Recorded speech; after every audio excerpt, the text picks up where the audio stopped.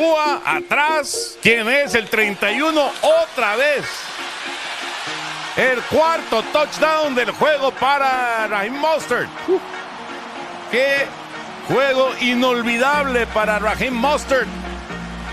Y Miami está aplastando a Denver. Aplastando a Denver. Wow, that is something. And somebody is wearing shades in the studio with good reason. I'm sorry, are you talking to me? Look at you. All Dolphins fans will be accepting messages at the time. We can't come to the phone. You are living your best Can't life. tell me nothing. We are always living our best life here on the Huddle. I was going to say El Puddle. No, El Huddle podcast. Yeah. Maybe under the lights, I was sweating a lot. Yeah. My name is Will Sava, alongside my prima hermana, MJ Acosta Ruiz. Man, oh man. And you heard that call there. Here on the El Huddle podcast, we celebrate the Latino culture as well as the NFL and beyond. And wow, this was something to see. The 70 points put on the board, and the Dolphins were actually threatening to break the scoring record. And it was interesting because we actually had Raheem Mostert on Good Morning Football, and he said that he was on the sideline. Yeah. And he said that he had spoken to Mike McDaniel, and he said to Mike McDaniel, hey, what do you think? Scoring record? And McDaniel had said, no, bad karma. I don't want to do that. Interesting. And Mostert said, okay, this is a lot about the kind of guy that McDaniel is. Now, of course, there have been people who have looked at the score and said they were running it up. But all I will say to that, Isn't that the point of the game? No, but all I'll say to that is that the Dolphins were also doing this with their third and fourth string running backs. They were running the ball. Denver wasn't able to stop them. No, at all. And so if you're Denver, it's more of on you that you couldn't stop them. Yeah, I mean, and you can't forget about the full circle moment, right? With Coach McDaniel, his very first gig in the NFL was as a ball boy for the Denver Broncos, and to now put 70 on him in their home open. I mean, it is just so sweet, so beautiful. You know what I was thinking about, though? They were talking during the game about how hot it is on that sideline. And it is not by coincidence that the visitors are not in There's a distinct advantage there. But every Dolphins fan knows our favorite song that's been around since the beginning of time. Miami has it all. The greatest football team. So that plays every time there's a touchdown. And I'm thinking of my fellow Miami Dolphins cheerleader sisters.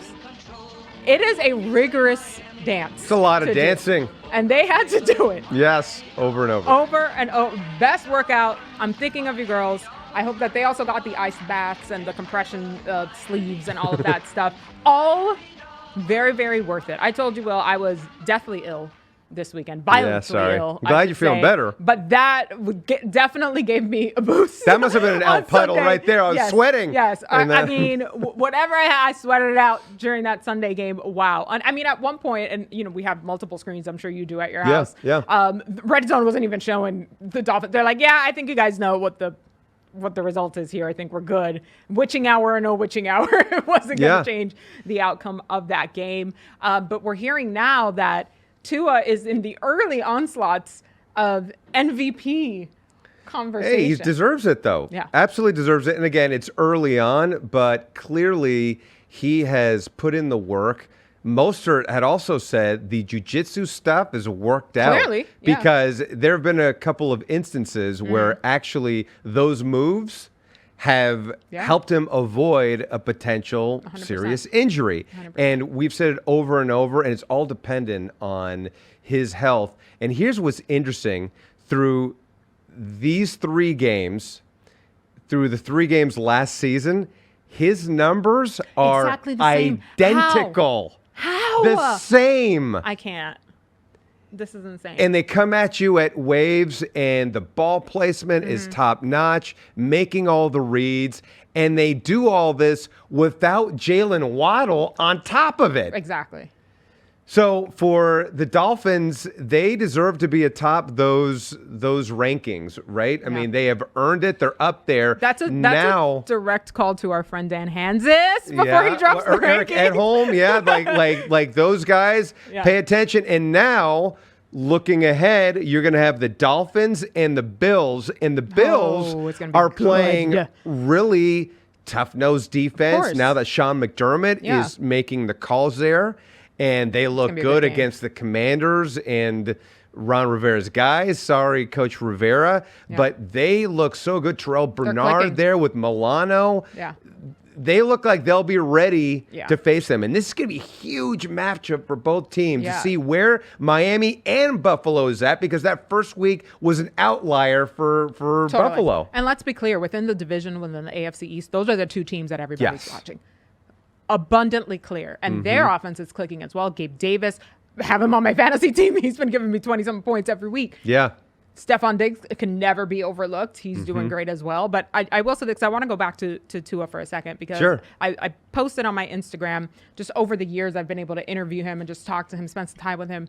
And I'm just so proud of him, not just as a player, but as a man. What he went through last season is unimaginable, I think, for anybody. Yeah, scary. Right? Concerning. Very scary. Sure. For us to watch, let alone for him to live through, to heal from, and to get back. So it speaks to not just the person that he is, it speaks to the athlete and the competitor that he is. I remember he told me during the Super Bowl week when I talked to him in Arizona last year, and he said to me, I love this game way too much. And I've dedicated my life to it, not just to the game, but the promise that I gave to this team and to these fans, and I'm not going to quit. I will not quit. And you always hear the phrase, adversity builds character. I mean, Tua has character in spades. So I'm very proud, and I'm so happy. Beyond just being a Dolphins fan, I'm a fan of Tua's. Yeah. And I think that he has earned that respect from everybody across the league. I don't care if it's only week 3. It's a testament to who he is and to how he plays and to why the Dolphins went after him and got him in a first round. 100% agreed. Well said. Yeah. And Tyreek Hill had said it when he first went to Miami. Hey, Tua's legit. Tua can throw the ball, because there was questions about whether Tua could throw it deep, whether he has the arm strength, the hip, all of that. And here he is now. He's in this system. And keep in mind, second year in this offensive scheme. So now the comfortability is way off the charts. More weapons. He's got a great rookie running back now. I mean, the guys game is going. Yeah, it is. It is entertaining to see. So early on, they deserve all the accolades. And let's not forget, they're the Chiefs, who are still the Chiefs in lurking, and they put up a lot of points. Those two teams play in Germany in November. That's right. It's gonna be That's nuts. right. Yeah. So that could be a game where we see a ton of fireworks. And obviously, there was a lot of fireworks within the stadium at Arrowhead. Come on now. To see the one and only Tay-Tay. Taylor Swift. Unreal. In the suite watching Travis Kelce. What was your thought process when you saw this? I'm going to keep it real with you. I think this is the greatest marketing campaign since the Barbie movie. For who? For both? For Travis. Taylor doesn't need any kind of marketing. His followers went up. Of course they did, by like 300,000. His jersey sales. I love this for him. Don't get me wrong. I'm here for every tidbit. And I always love a crossover between sports and pop culture, because I think they go hand in hand. They go hand in hand at all times. But the way that even folks, I mean, I saw somebody's like 60-year-old dad, which, by the way, they were coming out heavy during the Eras tour. I love the girl dad scene with all the dads learning the Swiftie songs to take their daughters to the concert. So this was like the perfect sort of embodiment of all of that. But to see the effect she had, even folks who maybe never even heard one of her songs, you still know who she is. So good for you, Taylor, coming in there, taking over a whole ass NFL game. Unbelievable. Yeah, well, I love it. I don't care if it's not a real romance. I don't know if it is or if it isn't. That's their business. That remains to be seen. They're grown folks. Let them live. Did you see that video, though, where there were a ton of Kansas City Chiefs fans waiting outside the suite to see her leave? And then people saw this big old popcorn machine the size of a person. Well, that's how she was. That's how she got. Tour. Yes. Yeah. And so it's funny, and people want to hate on Taylor Swift. And here's the thing: whether you like her music or not, this was the way that I felt about Oprah. Oprah, I respect her to no end, a legend in what she's done in media, but I wasn't her audience. But that doesn't mean I hate her. She just is not somebody You're not the target demo. I'm not the target demo, but that doesn't mean that I can't respect what she's done in his career. So even if you don't like Taylor Swift's music, her popularity is undeniable. And I've got Swifties in my house, and I do think the music is great. If I didn't have Swifties, would I listen to it? I don't know. But my point is, like, I love that intersection, as you mentioned, of pop culture and football. I do think that the breakup album is going to be fantastic. All right, moving on. Look, I wish no ill will. I hope that it is a beautiful, if nothing else, friendship. Also, we're glazing over the bestie relationship between Mama Kelsey and Taylor Swift. That's what I was watching because they looked adorable. Yeah, they looked like they were up tight. in the suite and cheering on Travis. If nothing else, that's the relationship I want to see bud and grow, and friendship bracelets, and that's what they did at the concert. The whole nine. Very adorable. Very, very cute. Yeah, I love this for us, you guys. Yeah, no, absolutely. I mean, the popcorn video. Look at it. Oh, my God. If you're able to watch this, you see it.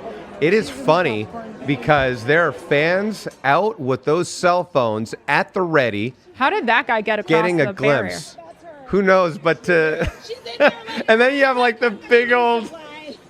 Oh my God! The big old bag of popcorn. You know what it was? She probably wasn't in there. They just used that as a decoy. Probably. But there was video of Travis and Taylor coming out and walking. Did you have this on your bingo card to start? I did not. And all the while, on the opposite side, the Bears and that offense is a mess. It is not fun to watch. DJ Moore, their new acquisition, he's just not getting involved. Justin Fields is getting dropped like crazy in all these fantasy football leagues. It's not good. They had equipment stolen, so it looks like it could potentially be a long year for the Bears. But for us here on the El Huddle podcast, we have a special guest. It is 49ers linebacker Fred Warner. After all this time, we've been wanting to have him on. We had his beautiful wife, Sydney, on the El Huddle podcast. We talked to him. We talked to him about Brock Purdy, his welcome to the NFL moment, and really leaning into his culture, la cultura, and what that means to him. That's coming up on the El Huddle podcast. Al lados opuestos en la formación, Kittle y Juszczyk aparte un par de receptores. Otra carga de parte de los Giants. Purdy tira largo. Samuel, touchdown San Francisco. El pase al hombro de atrás. Samuel ajusta perfecto y esto es el último clavo en el ataúd de los Giants. It always sounds way better in Spanish. Clearly. That was from the big win of the 49ers over the Giants. And we talk about our perro machos. And our next guest epitomizes what it means to be a perro macho. He's young, he's talented, he's hungry, a perennial all-pro. Woo! Let's give a warm welcome to the El Huddle familia, Federico Warner! Let's go! What's up, baby? Thank you. Wow. I mean, what an intro. I don't know how I even come back from that. He's been practicing. He was ready. Actually, that was all off the cuff. I love that. Hey, well, it was great having you on the podcast, Fred. Take care. No. All right. Thank you. Yeah, see you later. Fred, I feel like this has been such a long time coming, right? Like we've been wanting to get you on the pod, but we wanted to make sure we let you guys get off to the start that we knew that this 49ers team was going to have, and then to open the home opener for the Niners in prime time. Unbelievable game, did not disappoint. So you guys had a couple of extra days, which to us sounds like a long time, but we know in football life, it's not that long. Right now, what is that locker room feeling? Man, we're just feeling really confident. Obviously, I think to start 3-0 and having 2 away games to start the season, we talked about it all offseason, wanting to come out to a fast start. And that's exactly what we've done. And, are we content with where we're at? No, absolutely not. We got a long ways to go from the team that we want to be, for the end of the season. And it's just about having a growth mindset of continuing to want to get better each and every week, trying to find those little things that we can get better at. Do you feel like there is a Super Bowl window that you have to try to reach your goal in? Or is that something that you guys put in the back burner and just concentrate on the present? Yeah, I think probably the latter, just concentrating on the present, being exactly where your feet are. I feel like our Super Bowl window is every single year. I think ever since I got here, that was always the expectation. You talk about the quest for six, right? And the history of winning Super Bowls here with the 49ers. So that's always been the expectation. We were close a couple times, but close doesn't get you that trophy. So we got to make sure we get all the way there, and not only just getting there, but wanting to win it. Oh, of course. I mean, I remember just being there, being so close with you guys back in 2019, heading into the 2020 year. I know right now you're focused on the present, Fred, but we want to take it back with you just a little bit because we just watched your NFL Hometown Heroes vignette as part of the Por la Cultura campaign here for his Latino and Hispanic Heritage Month with the NFL. And it was just so great to see another layer, right? To see that little slice that you led us into with your family, your Mexican and Panamanian background. So beautifully infused there. We saw it also in the beautiful piece that the 49ers put together, which we ran a couple of weeks ago. Serena, who works on the field, literally on the ground for the 49ers, another Latina killing it. But it's just so beautiful to see where it started, where it came from for you. How important was that upbringing for you to have strong women, strong Latinas backing you up? Yeah, it was crucial, and it was almost everything. I think I talk about the strength of my mother, and the thing that was cool that they were able to shoot in that video was my grandmother as well. She lived right next door to me, my mom and my siblings, all growing up, and she was the one in charge of doing the breakfast every morning, the eggs and tortilla, the dinners, because my mom was always off at work, so she held it down for us, and man, they molded me and my siblings into who we are today, and kind of taught me just like that work ethic of keep my head down, staying humble, and continuing to work. Fred, what was a cultural experience that you had growing up that stays with you now? Let's see. Wow. So many, I'm sure. I know. That's what I'm saying. I'm like, I don't know which to choose. I think honestly, in the Latino and Mexican heritage background, I mean, family is such a huge, such a huge deal, right? And my family was very big on family, the importance of family being number one. And that's exactly how I've carried over into my new family now. Obviously, me and my wife, starting our own family at some point in the future. But I mean, family is so important to us, and how we want to build that foundation of our family, as well as obviously incorporating all the families all together. So. I know I often call you Lil Bro, but I feel like I should call you Primo, right? Did you grow up with about 5,000 primos like I did? Or was it mostly you and your siblings? From all over the place, all over, It doesn't matter where they're at. Fred, when people see your name, they say Fred Warner. They look at my name, and we joked around about it, Will Selva. Oh, that's not Latino, but... Spanish was my first name. So when people look at your name and Fred Warner and they say, whoa, wait a second, you're Latino? What are people's reactions when you tell them, yes, indeed, I am?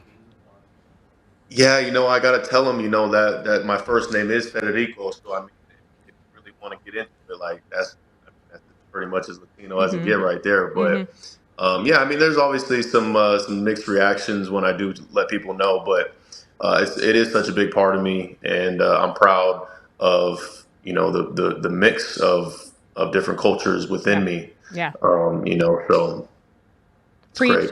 Preach, Fred. We talk about like the intersectionality and the spectrum of Latinidad here and how it doesn't always look like what mainstream has wanted to portray as what Latinos should look like and what they do look like. And so now I think people are finally starting to see a little bit more and understanding that the Latino spectrum is so wide and so vast. And we look all sorts of different ways. And yes, you can be Black and Latino and they can coexist at the same time. And in many of our countries, it does. Speaking of countries, I have this vivid image in my mind from last year's international game in La Ciudad de Mexico in Estadio Azteca of you running down the ramp onto the field, proudly holding the Mexican flag. I got chills in that moment. Take us there from your side, just getting ready, holding that flag to run onto the field to hear the Niners fans in that stadium. Yeah, I mean, that entire experience was so special, and I didn't know it was truly going to be a moment that was going to stay with me forever. Even in that moment of me holding the Mexican flag and running out onto the field with it, did I understand the gravity of the situation in that moment? I don't think so. I think it actually happened afterward when I kind of saw the fan reaction, the people talking about it either on social media or just around, and how big of an impact it had. And so it's something that will stick with me forever. It was so cool being out there in Mexico. The fans were insane. I was supposed to be an Arizona Cardinal home game. Unfortunately for them, it was far from the fact. Yeah. It was very much so a home game for us, and it was amazing. Now, we had your lovely wife, Sydney, on this podcast. She is smart, she's driven, she's talented, then there's you, the same thing. Really, you guys make us sick. You guys are so great. We love that now you guys are kind of having this show, your own life. The Warner House. The Warner House now. How has that been like? Because we asked her, what's Fred cool revealing and not cool revealing? Because sometimes, listen, as football players, you don't want to reveal too much. Maybe sometimes they're like, I don't want to touch upon that. So what do you decide is cool to talk about and not cool to talk about? Yeah, I mean, first of all, she is my better half. I'm very blessed to have her in my life, and we go through kind of what we want to touch on before we go into a show or a podcast, whatever you want to call it. But I try to be as open and as transparent as I can, for the people watching or listening, and even talking more so about stuff off the field than on the field. I give my input and my my little analysis of different plays that may have happened the week before, but I also want to talk about things off the field that may interest Sydney or other people that listen to the podcast. So it's kind of just trying to get you, a different lens, a different view of how our lives are off the field. Okay, so let's get into the game day fits real quick, because you go from a 3-piece suit to athleisure to streetwear. How do you pick depending on the game? Is it a primetime decision? I try to take care of the decision as early as I can, because you hate having to do something last minute, trying to conjure up an outfit last minute. I've kind of turned my regimen to now, if I'm on an away trip, I wear a suit. If I'm at home, I try to do something a little bit more casual or something that I'm a little bit more comfortable in at home. So, that's kind of that's what I'm going back for. Because if I wore a suit every game, it's that's a lot of suits. And if you're trying to keep it fresh, it adds up kind of quick. So, I try to mix it up a little bit here and there. Soup sponsorship coming soon. Yeah, there we go. Always looking really great, though, Fred. So we also on the podcast, we had your guy, George Kittle, on. And George was actually speaking a few words in Spanish, eager to talk. And it was in anticipation of the game in Mexico City. We asked Sydney about your desire to speak Spanish and that maybe someday you would maybe do an interview in Spanish if you could. Is that something that interests you now? We're not going to ask you right now. Don't worry. Right, yeah, on the spot. It 1,000% is something that I want to do. And obviously I got to get better. I can, kind of pull together a few words to string along sentences, but I for sure got to get down and Duolingo or my Rosetta Stone, try to get my Spanish up a little bit. You got 2 tutors you can practice with right here for free 99, Fred. We got you. Yeah. We got you. Before we let you go, we got to ask you about your quarterback, Brock Purdy. How proud are you of what he's doing? Although I know that from the locker room standpoint, no one is surprised. Yeah, super proud of him, and I know this is just a start for him. People forget like how young he is in his career. He's just getting started, and he got thrust into a big time position last year as a mystery relevant, last pick of the draft rookie. And I mean, you talk about just the poise and having the right mindset, having his head on straight, not worrying about the wrong things, and just focusing on the here and now and the things that that he can control. I mean, he's as dialed in as I've ever seen a young player be, and that's exactly what you want at that position. So, he's grown into a quiet leader for the team. That's why he was named the captain. Guys really respect him in the way that he works, and we're going to need him to continue to play really well. I love that for you. You're a captain as well, and you have shown that leadership over the years. But when you were a rookie, you had to prove yourself. What was your welcome to the NFL moment when you were a rookie? Ooh. Man, I mean, I had a bunch. I probably had a bunch of them. That rookie year, it seems like it flies by, but I mean, when you're in it, it's like so long because you're just swimming from like the Senior Bowl and then to the draft and 30 visits, all these different things, and then right into a season. I think my welcome to the NFL moment was being on the road, my first ever start, game 1 of the season against Minnesota. And we actually played Minnesota again on the road this season for the first time ever since I played in that stadium back in 2018. And so that'll be fun playing there again. But I think being there, hearing the horn in the Minnesota Viking Stadium, it was a surreal moment, something I'll always remember. And that was probably my welcome to the NFL moment. Oh, I love that. And I love that it's coming full circle this year. Fred, to watch your arc, not only as a player, but as a man off the field, has been an absolute joy for us. We can't wait to see what's next. We know we're just getting started. Thank you so much for coming on and being part of the El Huddle familia. Thank you so much, Fred. Federico! Warner! Thanks, Fred. We appreciate you. Thanks, Fred. You're the best. You got it, guys. Thank you. We not playing. We not playing. This ain't a game, bro. You stepping this green, you gotta get hit. Every single play, from the first to the last. Hey, stay inside if you scared. No matter what, they gotta feel us. Our effort, our physicality, every snap, every play. We the best in the world. Let's go show them why tonight. Vamos, Niners! Que ya, por cierto, ese Cameron Thomas tiene un touchdown este año. Suelta Prescott y es interceptado.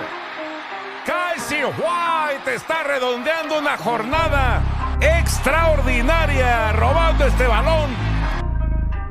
Ooh, have a day, Cardinals. Yeah, the Cardinals with the upset there, and the Cowboys having issues in the red zone. Not great. And Dak spoke to reporters about the loss, and he had basically said that we, the media, It's our fault. Yeah, that we were happy about this. Check this out. Y'all put us on top of the world. We know who we are, and in that same sense, I'm sure the media got what they wanted. For us, it hadn't been but one undefeated team in this league, ever. So, it sucks. It's humbling, but to say it's a wake-up call, we knew we had a lot of adversity.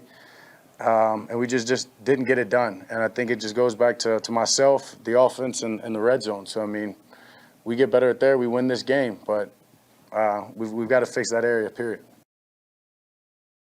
I mean, there was a 1972 Miami Dolphins, but Dakota. And I'm actually a Dak fan. Yeah. You know this. I support Dak. Big pound the table for him when he was trying to get that all of it, even to this day. But come on. Really? We did this? I think what he's speaking to is the expectations. Sure. Or the talking heads that like to debate. Sure. However, I got to hear the question, because that just seems like, what are we doing here? Yeah. Like, you can't blame the media for the loss. No, not at all. And listen, the Cowboys had been outscoring opponents 70-10 in those first 2 weeks, and the Cardinals just took it to them. Yeah. And also the play calling from Mike McCarthy, he said he had regrets about not being more aggressive on first and second down. So I do think there's going to be brighter days ahead for the Cowboys. Sure. The Trayvon Diggs loss, I think that's a big one for them. But honestly, Dak, I don't think there's anybody in media who is actually rooting for the Cowboys to lose. No, that's not what's happening there. I'll tell you, though, where there's a little bit more concern is in Las Vegas, where the Raiders, we saw, they lost to the Steelers. And this is what Davante Adams had to say after the game, not just about the loss, but in general, what he perceived as the culture with the Raiders. I don't act like it's all crazy. It's week 3, but I don't got time to wait around. I mean, it's not a personal thing. I mean, it is a personal thing, but it ain't just about me. But I mean, it's not my mentality to sit here and try to take all season to figure it out. You use these early games like this to establish our identity, and we're not doing things the right way to establish a winning culture early in the season. So we got to do something to turn that around. Doing something about it so that when we go out there the next time, it looks different. It's not supposed to just be a week of just talking about shit. You got to go out there and do it. That's the theme of this year, is doing it, not just talking about it and figuring out what we need to do. We did all that last year. This year we got to be about it. That's not good. I mean, look, That's he's not wrong. Not good. He's not wrong. I hear him. And a lot, you have to remember, mucho ha cambiado Claro. Pero from la when he first cultura- got there. A lot has changed drastically. Yes. Well, for Derek Carr wow. gone. We saw Josh Jacobs. He was unhappy. Chandler Jones is dealing with personal issues. Yeah. And now your star player, and Jimmy G was looking for him early and often. Yeah. So he was getting fed the ball, but for him to talk about the culture already, Yeah, there's a big disconnect. there is a massive disconnect. Yeah. There is some concern there. Sure. For the Raiders now, what they do moving on. Yeah. And what this says about, Josh McDaniels and how he's viewed in that locker room. Right. And look, Tay has never been a guy to mince his words or to. He keeps it a buck all the time, and he's frustrated, and you can tell. And I think rightfully so. I think especially when you think about those last minutes of the game and how the game even ended. It's a lot to take in. I know that a lot of guys, and even our own analysts here at the NFL Network, would say you keep family business in-house. Absolutely. I think that less and less players are buying into that. And they're saying, no, if you're asking me a question, I'm going to answer you, and I'm going to stop giving you the cookie cutter answers. And this is how I really feel about it. And I feel that sometimes that actually reverse engineers the issue, right? Like, it hits different when somebody within the organization hears you talking about it and you're not shy about it and you're just going to call a spade a spade. Not everybody follows that path, but you know what? You got to live your truth. But something has to change. And to Tay's point, it can't be just the same thing every week. There should be a difference. There should be an improvement if you want to keep winning. Absolutely. And the way that you keep winning is you have guys who we characterize, who we call perro macho. And for me, a perro macho has to be TJ Watt, who is an absolute wrecker on defense. Doesn't matter if there's double teams, 2 sacks, got to Jimmy, and I feel like we just take him for granted. His brother, JJ, said that he's the best defensive player in the league. I think Micah Parsons might have a say in this. So he's a perro macho. Another perro macho for me is Myles Garrett. Ooh. Now, Myles Garrett is an absolute force, as I am hearing the dog barking in my ear. I look at Myles Garrett and what he does to opposing offenses, where the Tennessee Titans actually had their tight ends shadowing him rather than other way around. Yeah. So like when you have a player like that who's part of right now what looks like a top 5 defense, and they have only given up 1 offensive touchdown, Yeah. Those are perro machos right there right within that division with Myles Garrett and TJ Watt. I agree. I don't think it's any surprise what my Plátano Power is this week. Let's do Plátano Power. Come on. Plátano Power. There's no other option here. Yeah, the entire Miami Dolphins I know team. you go. Yes, of course, claro. But if I have to pick one, it was Devon Achane, 233 total yards, 4 total touchdowns. Have a freaking day. Not only him, Raheem. It's hard to pick. Everybody went off. Everybody in was Miami. eating. Everybody had mangú, tostones, Todo. maduros. Dámelos. You name it. They had quadruple helpings of plátanos that day. They were ready to go. Ooh! Coming at you in waves. And no, if you're asking yourself, dear listener, I will never be over this. No. Hey, Let me listen. have this. I'm Claro. holding on to dear life because it's a week-by-week basis here in the NFL. But, man, if you're Dolphins fans like me, have even mofongo. You know, we don't talk about mofongo enough. And if you haven't had mofongo, Mofongo Power, maybe? Run, don't walk. Go get you some right now. Yeah. You know, as we wrap up today, Will, friend of the show, family member of the show, quite literally, Papi. My dad. How's We he talked doing? about how he's doing great. He Yeah. just celebrated, ironically, his 70th birthday. Young man. And some of my aunt and uncle, because he has a lot of siblings, Yeah.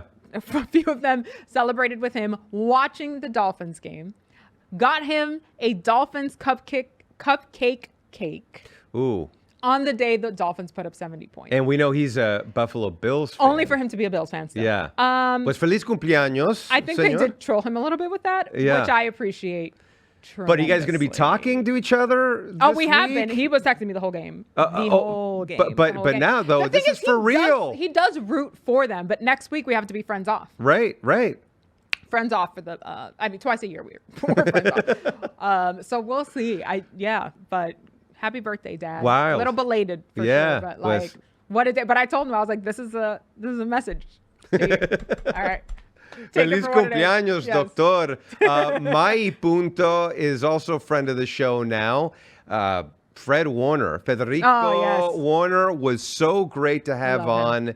And you see how he has really embraced what we call Latinidad, right? Latinidad. And he's very much so proud of his upbringing, of his mom, of his grandmother, and how they were such forces in his life. Yeah. And those have driven him to the highest of highs in the NFL. For sure. And, you know, we say it, las mujeres latinas son fuertes, no? Yes, always.